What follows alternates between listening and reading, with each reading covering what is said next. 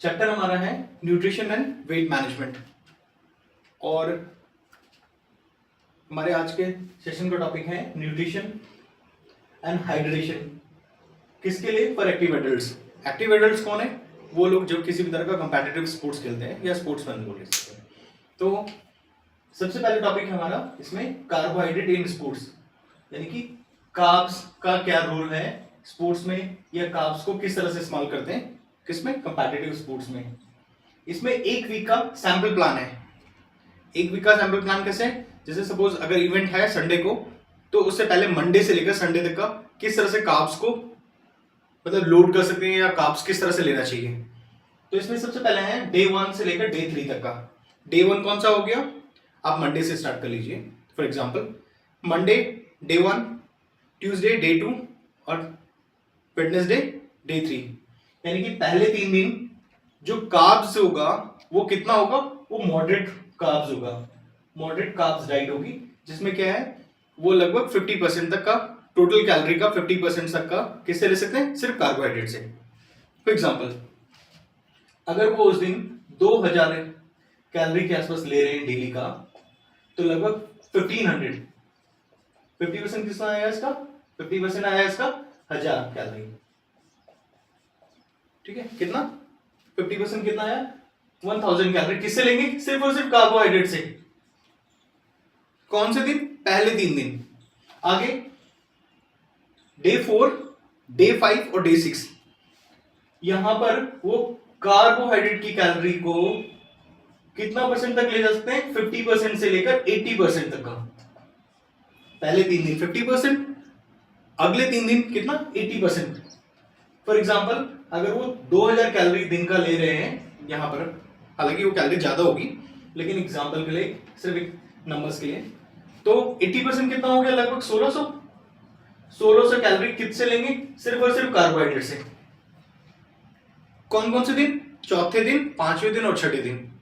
और रात में, यानी कि जिस दिन इवेंट है, सपोज अगर इवेंट जो है संडे को है, तो सैटरडे नाइट जो कार्ब्स लोड करेंगे या कार्ब्स की जो कैलोरी लेंगे वो 80% तक तो होगी, लेकिन उसमें एक चीज बहुत ज्यादा इंपॉर्टेंट होगी। वो क्या है? वो जो डाइट होगी उसमें फाइबर और फैट परसेंटेज बहुत हद तक कम होगा।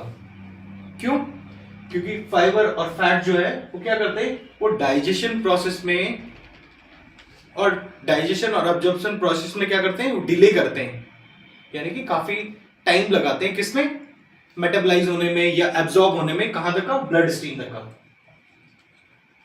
तो आपको संडे को इवेंट के लिए क्या चाहिए? कार्ब्स लोड चाहिए, जिससे आपको क्या कर सकते हैं? एक एनर्जी मिल पाए। ठीक है, तो मैंने बताया ये सैंपल क्या है। पहले 3 दिन जो होगा आप कार्ब्स की मतलब टोटल आपकी जो डाइट होगी, कार्बोहाइड्रेट डाइट जो होगी वो मॉडरेट लेवल पे होगी। मॉडरेट का मतलब है आप टोटल कैलोरी का 50% तक किससे ले सकते हैं? सिर्फ और सिर्फ कार्बोहाइड्रेट से। अगले चौथे दिन, पांचवें दिन और छठे दिन क्या होगा? आप कार्ब्स की टोटल कैलोरी का 80% तक का टोटल कैलोरी का 80% किससे ले सकते हैं? सिर्फ और सिर्फ कार्बोहाइड्रेट से। सिर्फ और सिर्फ सैटरडे नाइट, यानी कि इवेंट से एक दिन पहले रात में आपको फैट और फाइबर को कट डाउन करना है या कम से कम करना है। ठीक है, ये है कार्बोहाइड्रेट इन स्पोर्ट्स। इसमें फर्स्ट है during training session. During training session का मतलब है कि ये ट्रेनिंग सेशन का जो मतलब कितना लंबा चलना चाहिए? लगभग 1 घंटे से ज्यादा हो ट्रेनिंग सेशन। उसमें क्या है? उसमें जो एथलीट्स हैं या जो एक्टिव एडल्ट्स हैं या जो भी आपका क्लाइंट है, वो लगभग अगर 1 घंटे से ज्यादा एक्सरसाइज करता है ड्यूरिंग ट्रेनिंग सेशन, वो कितना कार्ब्स लोड करे? लगभग 30 से लेकर 60 ग्राम के आसपास। किस लिए? क्योंकि उसका जो ब्लड ग्लूकोज लेवल है वो मेंटेन रहे। ठीक है, और ये बहुत इंपॉर्टेंट हो जाता है किस कंडीशन में? हीट वाली कंडीशन में। ठीक है, जब बहुत ज्यादा ठंडा होता है या हाई एल्टीट्यूड पे। हाई एल्टीट्यूड मतलब ऊंची जगह पे। देखो कार्ब्स का क्या काम है? कार्ब्स क्या करता है हमारी बॉडी में? कार्ब्स मेटाबोलाइज होके, यानी कि एब्जॉर्ब होके या ब्रेक डाउन होके, पता क्या करता है? सबसे पहले कार्ब्स क्या करता है? कार्ब्स को हमारी बॉडी जो ब्रेक डाउन करती है किसमें? ग्लूकोज में। ठीक है। बॉडी क्या करती है, ग्लूकोज को उठाती है यहां से, ठीक है, कहां से, आपके ब्लड स्ट्रीम से, और ग्लाइकोजन बनाती है और स्टोर कहां कर देती है, आपके सबसे पहले लीवर्स में, फिर उसके बाद मसल सेल्स में, ठीक है। मैंने बताया आपकी जो बॉडी है वो ग्लूकोज को ब्रेक डाउन करती है, सॉरी मतलब कार्ब्स को ब्रेक डाउन करती है ग्लूकोज में, और ग्लूकोज को हमारी बॉडी क्या करती है, ग्लाइकोजन में कन्वर्ट करती है, और कहां स्टोर कर देती है, आपकी लीवर सेल्स में और मसल सेल्स में। किस लिए, जब किसी भी तरह की एक्टिविटी परफॉर्म करनी हो तो वहां से ग्लाइकोजन जो है वो फ्यूल का काम करे, ठीक है। अब इसमें लिखा है पोस्ट एक्सरसाइज, यानी कि जब वो एक्सरसाइज करे उसके बाद, पोस्ट एक्सरसाइज का मतलब है जब एक्सरसाइज खत्म हो जाए उसके बाद क्या है, कार्बोहाइड्रेट क्या करेंगे, सबसे पहले कार्बोहाइड्रेट क्या करेंगे, कार्ब्स क्या काम करेगा, जैसी एक्सरसाइज खत्म होती है तो कार्ब्स क्या काम करता है, जो एक्सरसाइज के टाइम पे जो आपका ब्लड ग्लूकोज लेवल है या जो आपके ग्लाइकोजन स्टोर्स हैं या टैंक्स है, कौन से हैं, वो है आपके लीवर सेल्स और मसल सेल्स। वहां से ग्लाइकोजन जो डिप्लीट हुआ है उसे क्या करेगा, रिप्लेनिश करेगा, यानी कि दोबारा भरेगा, ठीक है। और प्रोटीन का काम क्या होगा, प्रोटीन का काम यहां पर ये होगा, जो आपने एक्सरसाइज की है उस टाइम पे जो भी टीयर या मसल्स में जो भी मैक्रो लेवल पे, माइक्रो लेवल पे जो टीयर हुआ है या रैप्चर हुआ है, उसे क्या करेगा, प्रोटीन क्या करेगा, उसे रिबिल्ड करेगा, ठीक है, उस प्रोसेस में, ठीक है। तो इसलिए जब एक्सरसाइज खत्म करें तो सबसे पहले आप एथलीट्स को क्या याद दिलाएं कि सबसे पहले वो कार्ब्स लोड करें और साथ में प्रोटीन भी।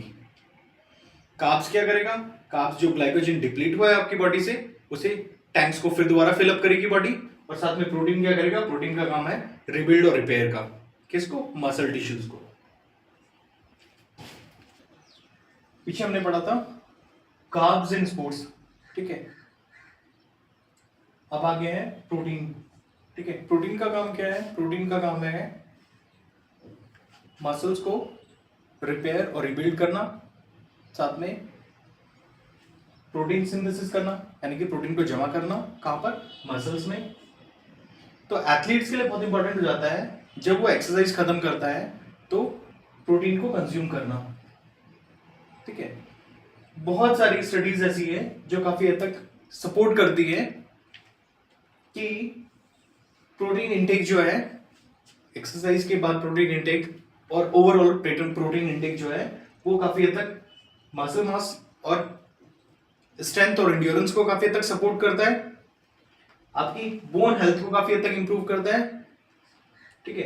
एक एनर्जी बैलेंस को क्रिएट करता है, साथ में कार्डियोवैस्कुलर फंक्शन, कार्डियोवैस्कुलर फंक्शन हो गया मतलब हार्ट से रिलेटेड हो गया, जो आपका हार्ट है वो भी इवन एक मसल्स है, वो कार्डियक मसल जरूर है, ठीक है। तो प्रोटीन का काम क्या है, प्रोटीन का काम यह है मसल्स को रिपेयर रिबिल्ड करना, ठीक है, मसल्स में स्ट्रेंथ और एंड्योरेंस को बिल्ड करना, बोन हेल्थ को इंप्रूव करना, एक एनर्जी बैलेंस को बना के रखना, और साथ में आपकी कार्डियोवैस्कुलर फंक्शंस को इंप्रूव करना। एक इंड्योरेंस एथलीट्स, इंड्योरेंस का मतलब है जो लंबे टाइम तक एक्सरसाइज कर रहा है, ठीक है, वो उसको रिकमेंड करते हैं लगभग 1.2 से लेकर 1.4 ग्राम पर केजी। फॉर एग्जांपल अगर एक पर्सन जो है, जो इंड्योरेंस एथलीट्स है, उसका वेट अगर 100 केजी के आसपास है तो लगभग कितना ग्राम प्रोटीन ले सकता है, वो लगभग 120 ग्राम से लेकर 140 ग्राम तक का प्रोटीन ले सकता है ऑन डेली बेसिस। अगर जो एक एथलीट जो स्ट्रेंथ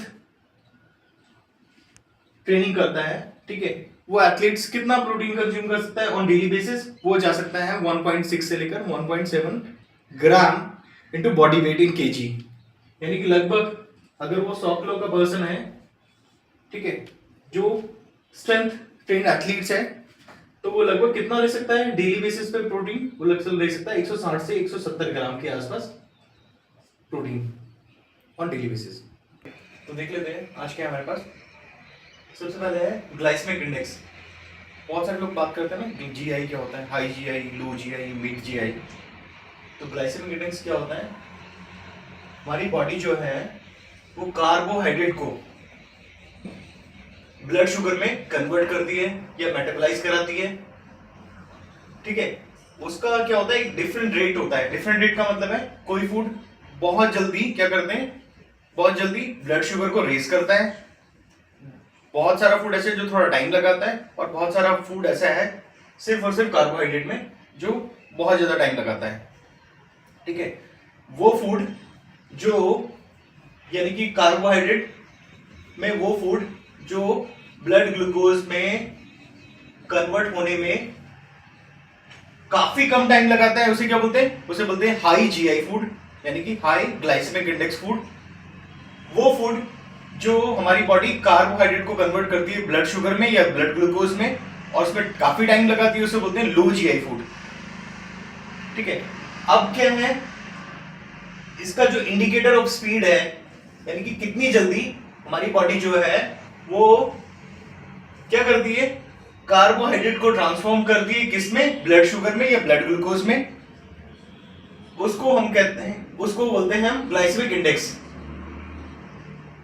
जो फूड जल्दी मेटाबॉलाइज होकर ब्लड शुगर को रेज कर देता है उसे हाई जीआई फूड कहते हैं। जो फूड टाइम लेता है मेटाबॉलाइज होने में और ब्लड शुगर को रेज करने में उसे बोलते हैं लो जीआई फूड।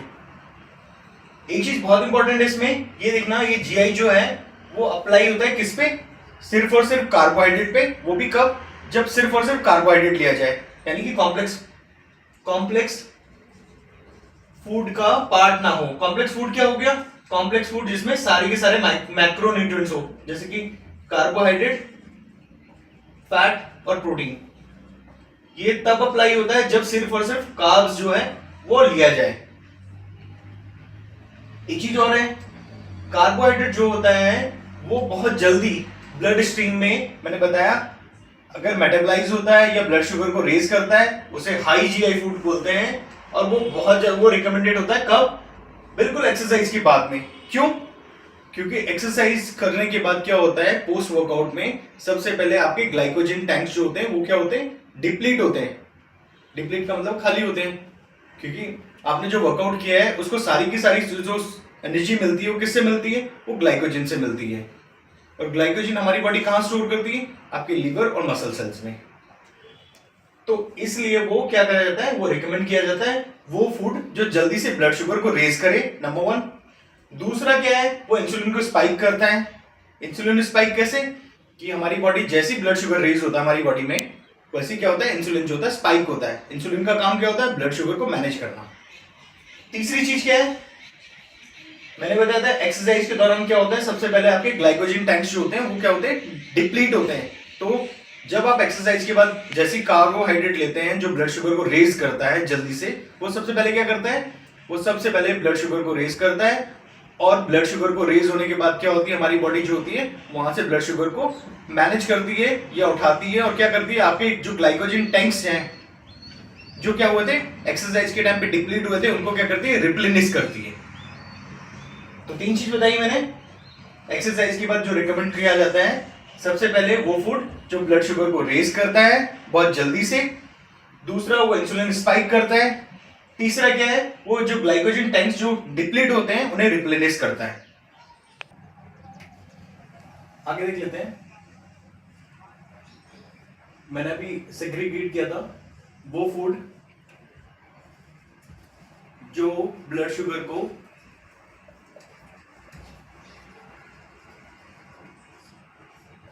बहुत जल्दी क्या करता है, रेज करता है। ठीक है, वो क्या कहलाता है, वो कहलाता है जीआई। और जीआई इंडेक्स क्या होता है, कि कितनी जल्दी, एक रेट्स होता है कितनी जल्दी ब्लड शुगर को या फूड ब्लड शुगर को रेज करता है। जिसमें वो फूड जो बहुत जल्दी ब्लड शुगर को रेज करेगा उनको क्या बोलते हैं, उनको बोलते हैं हाई जीआई फूड। ठीक है, हाई जीआई फूड के एग्जांपल्स क्या क्या हैं देख लेते हैं। Honey, white bread, cornflakes, resin, potato और स्वीट कॉर्न। ये फूड क्या है, ये फूड सबसे पहले क्या करते हैं, ये ब्लड स्ट्रीम में जल्दी से जल्दी मेटाबॉलाइज होते हैं। ये हमारी बॉडी इन्हें जल्दी से जल्दी क्या करती है, मेटाबॉलाइज कराती है और ब्लड शुगर को रेज कर देती है। तो इस तरह का फूड जो होता है वो पोस्ट वर्कआउट में क्या होता है, रिकमेंडेड होता है। जैसे कि मैंने पहले भी बताया, ये क्या करते हैं, ये आपके ब्लड शुगर को रेज करते हैं, इंसुलिन स्पाइक करते हैं, और साथ में क्या करते हैं, आपके जो ग्लाइकोजन टैंक्स होते हैं जो डिप्लीट होते हैं उन्हें क्या करते हैं, रिप्लेनिश करते हैं। ठीक है। मॉडरेट जीआई का एक इंडिकेटर है वो फूड जो 60 से तो ज्यादा हो लेकिन 85 से कम हो, उसे कहते हैं मॉडरेट जीआई। ये ना बहुत ज्यादा स्लो होते हैं, यानी कि बहुत ज्यादा टाइम लेते हैं क्या करने में, ब्लड शुगर को रेज करने में, ना बहुत जल्दी से क्या करते हैं, ब्लड शुगर को स्पाइक करते हैं यानी कि रेज करते हैं। उसमें क्या क्या है, उसमें मैक्रोनी है, पास्ता, ओटमील, बनाना, ग्रेप्स, ऑरेंज, राइस, यम क्या होते हैं, एक तरह से जैसे आपके वो होते हैं ना स्वीट पोटैटो, उसी की तरह से होते हैं, और ब्लैक बीन्स। तो बहुत सारे लोग बोलते हैं ना कि जो जूसी फ्रूट्स होते हैं जैसे कि बनाना, ग्रेप्स हो गया, ऑरेंजेस होते हैं, ये ब्लड शुगर को बहुत जल्दी से रेज करते हैं। ये ब्लड शुगर को रेज करते हैं लेकिन बहुत जल्दी नहीं करते। ठीक है। तो ये फूड कौन से, ये फूड आते हैं मॉडरेट जीआई में, यानी कि जो बहुत जल्दी से ब्लड शुगर को रेज नहीं करते। दूसरा है यानी कि थर्ड है जो, वो है जीआई, जिन फूड का जीआई जो होता है 60 से क्या होता है, कम होता है। यानी कि ये क्या करते हैं, ये ब्लड शुगर को रेज करने में टाइम लगाते हैं, यानी कि क्विकली या जल्दी से जल्दी क्या करते हैं, इन्हें हमारी बॉडी एब्जॉर्ब नहीं करती है या टाइम लगाती है। तो उसकी एग्जांपल्स क्या हैं, apples, cherry, dates, pears, plums, kidney beans, chickpeas और ग्रीन पीस। और साथ में जितने आपके डेयरी प्रोडक्ट्स हैं वो भी क्या करते हैं, वो भी आपके ब्लड शुगर को रेज करने में टाइम लगाते हैं। ठीक है। तो ये सारे एग्जांपल्स किसके थे, ये सारे के सारे एग्जांपल थे लो जीआई फूड के।